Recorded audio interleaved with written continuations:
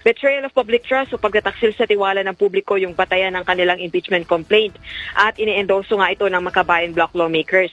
Buso dito ng pag-institutionalize umano ng presidente ng isang pork barrel system ng alokasyon sa pamamagitan ng BBM parametric formula. Nagresulta umano ito sa matinding misallocation ng pondo kung saan hinugot yung umano'y kickbacks at commitments para sa mga piling opisyal.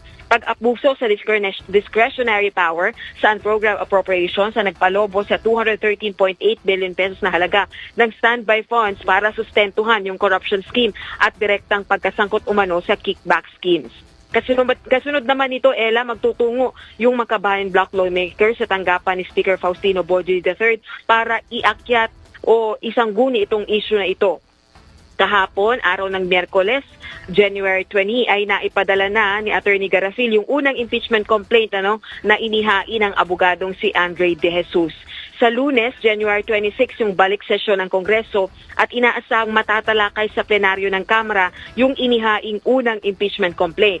Pero wala pang katiyakan kung maisasama pa itong ikalawang reklamong impeachment sa order of business sa araw ng Lunes. Pagkasi na-i-refer na yung impeachment complaint sa House Committee on Justice ay deemed initiated na. O ibig sabihin, nagsimula na yung impeachment proceeding, wala nang ibang pwedeng impeachment complaint na pwedeng maihain